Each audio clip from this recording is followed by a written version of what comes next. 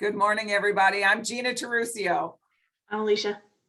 and we are here bringing you, on behalf of the Partnership for Economic Prosperity, Leadership 101 with our lovely Jeff Geier from Influence the Power2Lead. Jeffrey, good morning, my friend. Well, good morning, Gina and Alicia. Wow, with that introduction, I feel like a game show host or something, like, Vanna White, like pick a vowel. Yeah, thank you. Yeah, it's great to be with you both. This is such a joy to do this podcast. I get kind of giggly ahead of time, and then I can't wait to get in and start the Zoom and see when the participants come in. I love that. So this is maybe a more philosophical one today on leadership, correct? I mean, this is following up on our owning our life, owning our circumstances, setting smart goals. And tell me what smart means again. Quiz.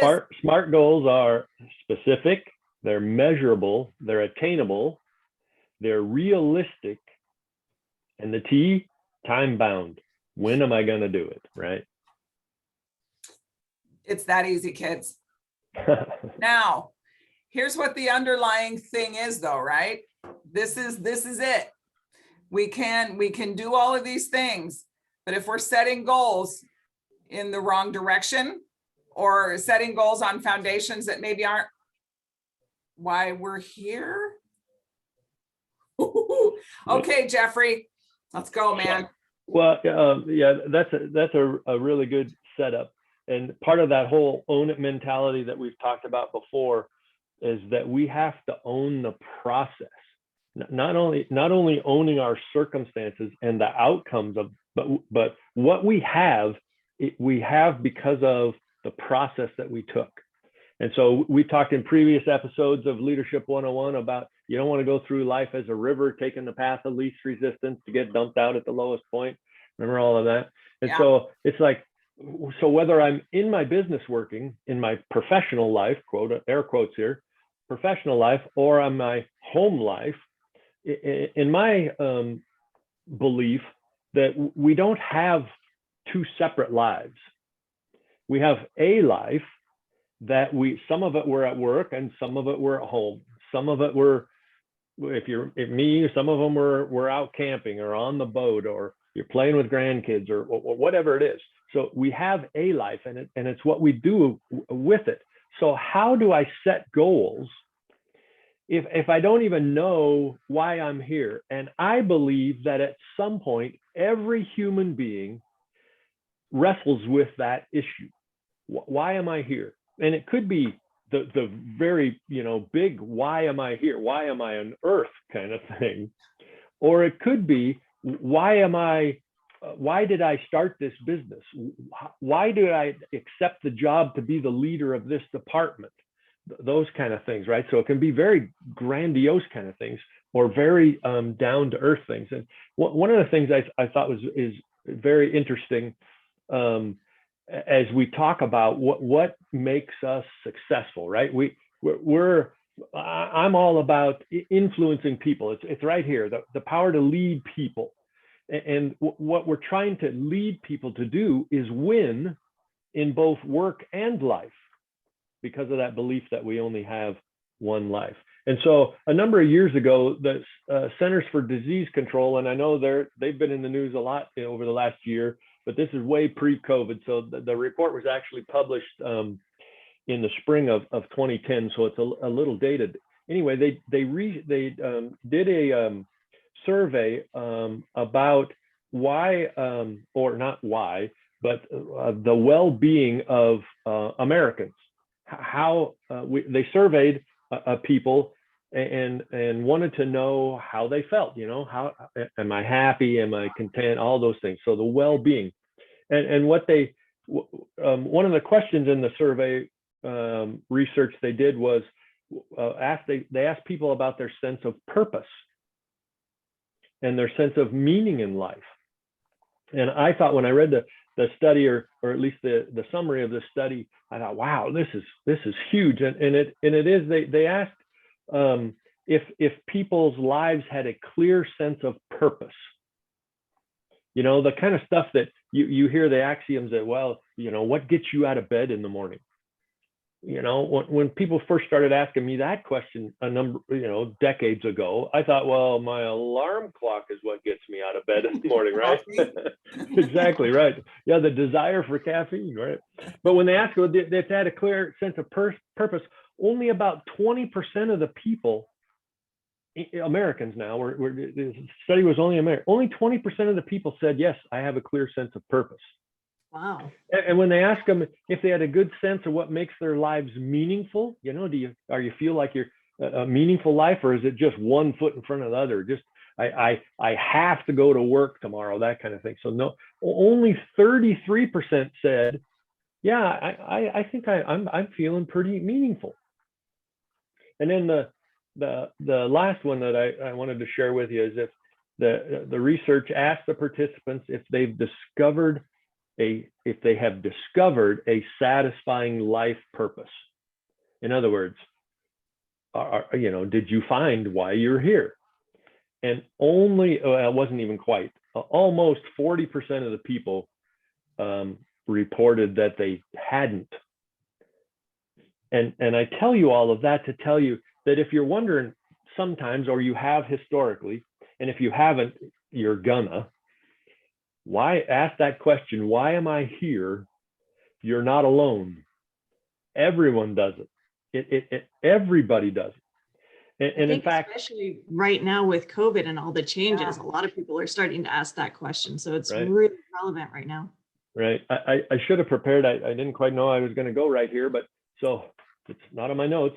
And so if you're familiar with Maslow's, I know you are, Gina, familiar with Maslow's hierarchy, pyramid of human needs, right?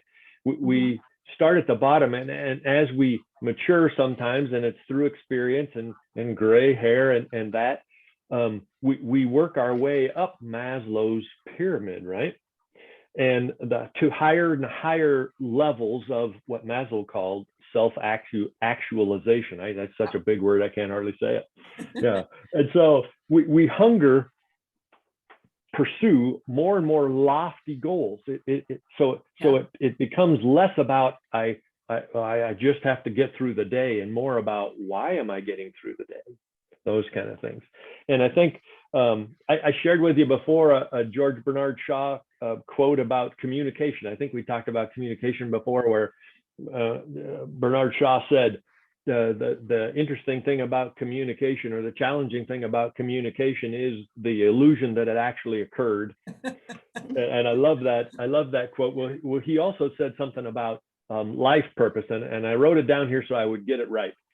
He said, "This is the true joy in life, the being used for a purpose, recognized by yourself as a mighty one." Wow. It's like, wow. Okay. And of course that's true. That's the scariest statement ever. Yes. Because what happens? What happens when you figure that out? Right. Well, yes. And from the study, what we found is most, or what the CDC found is, most people haven't figured it out. Right. And so, and that's where we're going with this. It's this, and I think social media has made this worse, because some people will post on their social media that, you know, hey, this is, you know, they put everything that's wonderful up there. They're not putting everything about life. Only the wonderful pieces. Right. And so it makes it worse. And I think we as human beings were created to kind of, you know, have meaning, to be meaning making machines. And in other words, we don't do things unless it has meaning for us. And if we don't get something out of what we do, we won't do it. Even to the point, right? There's addictive behaviors and stuff like that we do things even though we know they're bad for us, right? So we kind of have to have meaning, and finding our purpose then becomes a problem instead of something that's good for us. I struggle to find. In fact, I obsess over, why am I here? Why am I getting up in the morning? Why do I go to work? why do I live in this house? Why do I live in, all of those things? And then it just weighs on us and keeps us from our true potential, right? The true, who we were created to be. And the truth is, I think purpose isn't something that we just decide. In other words, we create this list of things we like to do, and then prioritize them and go, well, this one must be, I want to be this. That's my purpose. It's I think about Steve Martin in the movie of The Jerk. He found his purpose. That's not if you haven't seen the movie, it's kind of funny. But the truth is that the purpose isn't something that we decide. It's something that we discover because it's in us. In my personal belief, it was created in us, and we have to discover it. It's already in there. And so my personal challenge, once I found that out, and I believe it with everything that I am, then if it's already in there, why don't I just naturally know it? Right. Why? And it's because it gets hidden by all kinds of, inaccurate mindset, and it gets perpetuated by, talking about some, social media and education and, our upbringing, and sometimes even the circumstances we're in. So we have to, I think, rethink how we discover our purpose. Ooh. And so there's just a couple of things I want to talk about. This topic could go on for days and days, years actually. But kind of boil it down into just three things. One, if you don't really know what your purpose is, go out and start helping people. Even little things like, help somebody out of the grocery store with their groceries, or help a little kid that fell off his bike, or, easy things. What can I do to help you? In fact, Alicia, I already asked you that just before we came on here. We were talking about things going on in your life, and one of the questions I asked was, what can I do to help you? And that's a mindset, and it helps me live my purpose. Okay, so help people around you, and you can start. Well, I don't know anybody to help. Well, come on, you've got a friend. Call them up and go, hey, how's it going? And they go, everything's fine. And you go, okay, great. Is there anything I can do to help you? And most of the time, almost every time, especially initially, they're going to say, no, I'm good. And then the next time you ask them the same thing, and pretty soon you get it. So the second thing is, don't just do what you love, right? There's a lot of that advice. Well, your purpose is find out whatever it is you love, and then do that, and that's your purpose. Yeah, maybe, but I can give you you can come up with all kinds of examples why that might not. So don't just do what you love, do what you're willing to really, really work hard at. So there are a lot of things we all like to do.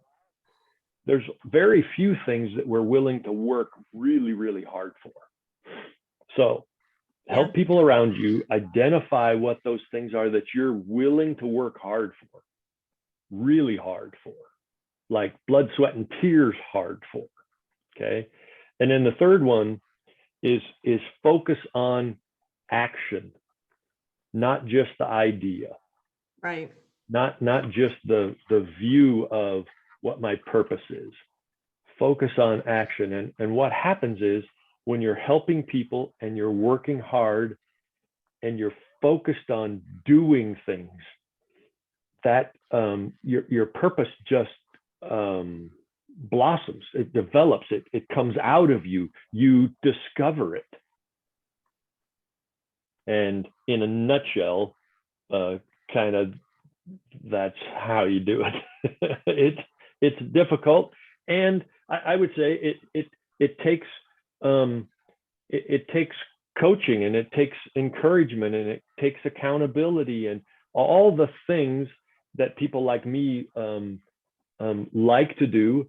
And I'll be really aggressive here and say I think I'm pretty good at it, and it's part of my purpose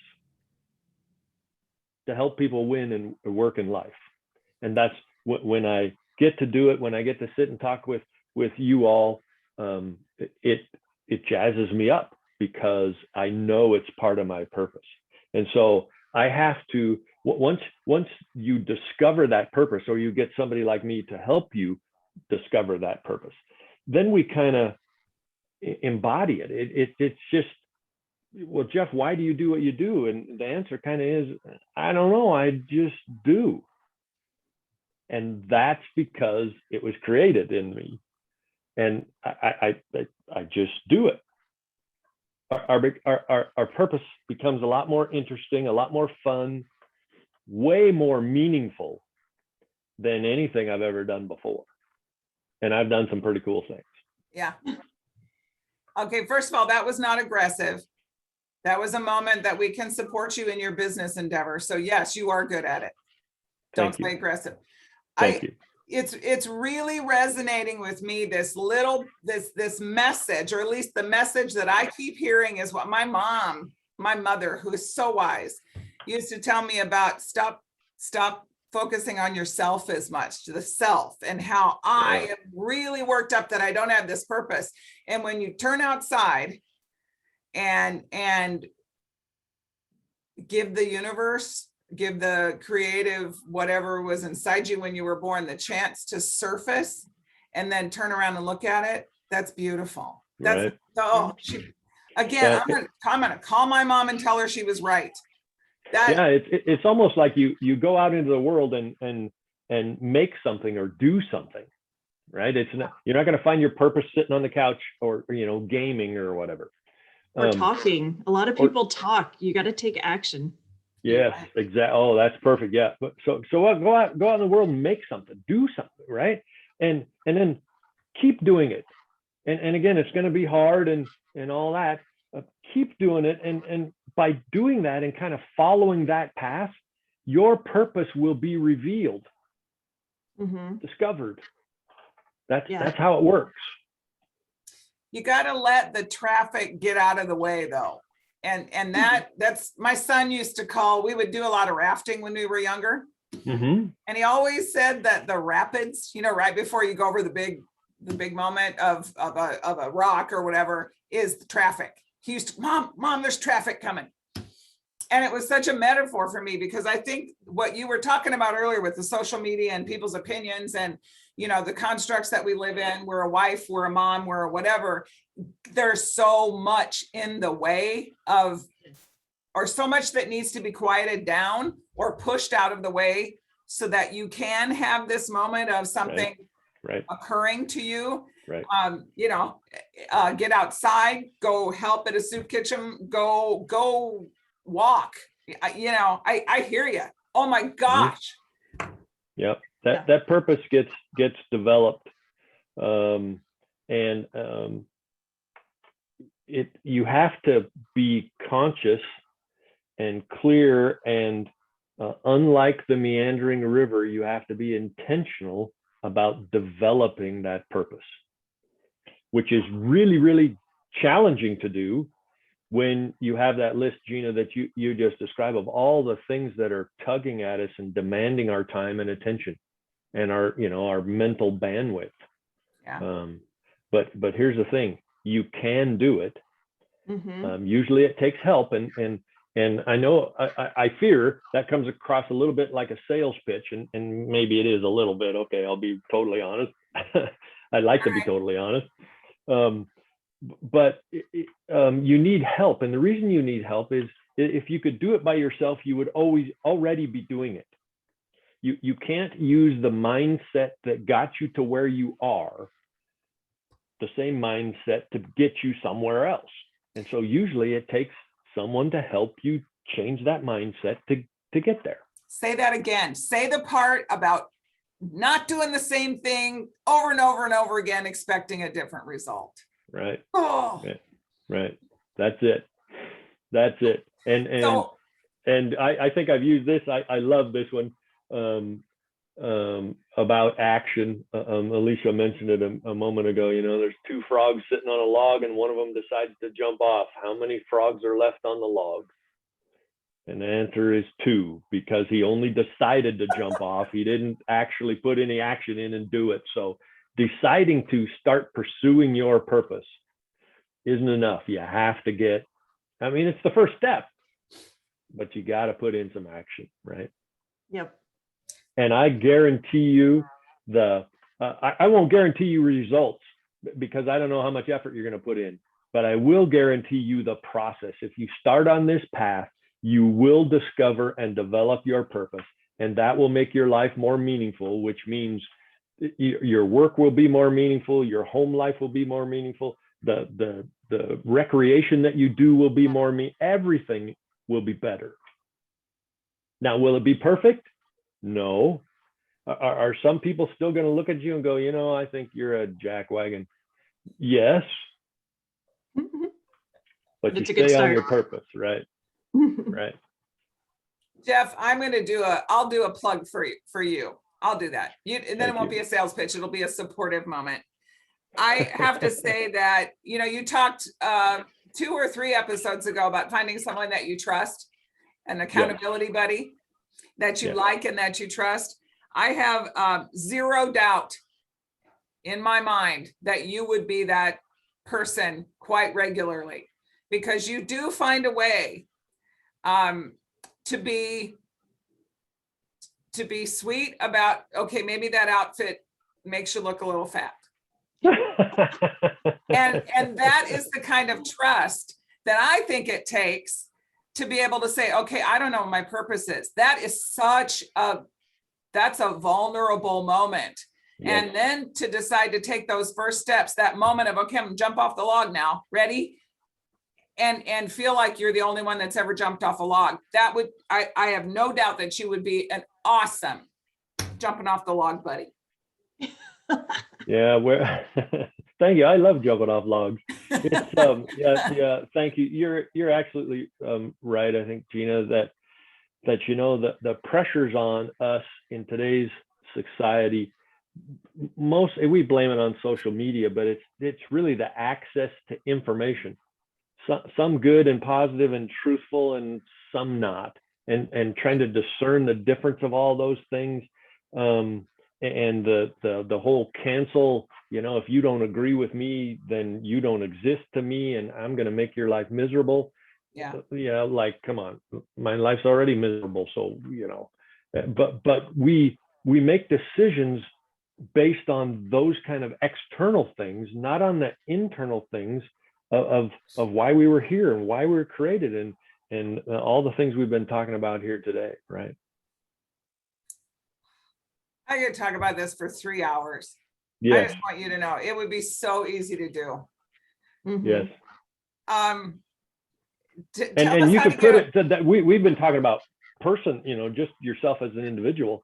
But once you have that, you can break it down into my business and my family, and, you know, my church, and my, you know, my golfing buddies, and everything. Why am I doing what I'm doing? Why am I here? Wow. I'm kind of tired. I appreciate and continue, Jeff, that you will play along with Alicia and I as often as you do. These are such gems, and I think that the honesty comes through, and like you were just saying about the ability to kind of sort through what's real and what's truthful and what is misinformation. I hope that people recognize these gems for what they are. Right. It's honest and it's real, and our journey through this leadership thing that we're doing is just such a treat for us. And I'm so glad to be able to show, you know, however many followers, all 12 of them, that this is a way to figure some stuff out in your life, so you don't have so many of those 2 a.m. questions. This is so powerful. So thank you for yet another nugget of your life. I'm glad that part of your purpose does involve the partnership. I do.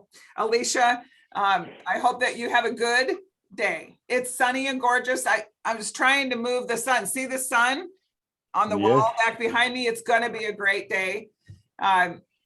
Again, I'm Gina. I got my buddies Alicia and Jeff with me. Thank you for joining us again, and we will see you soon. Take good care. Thank you. Bye-bye.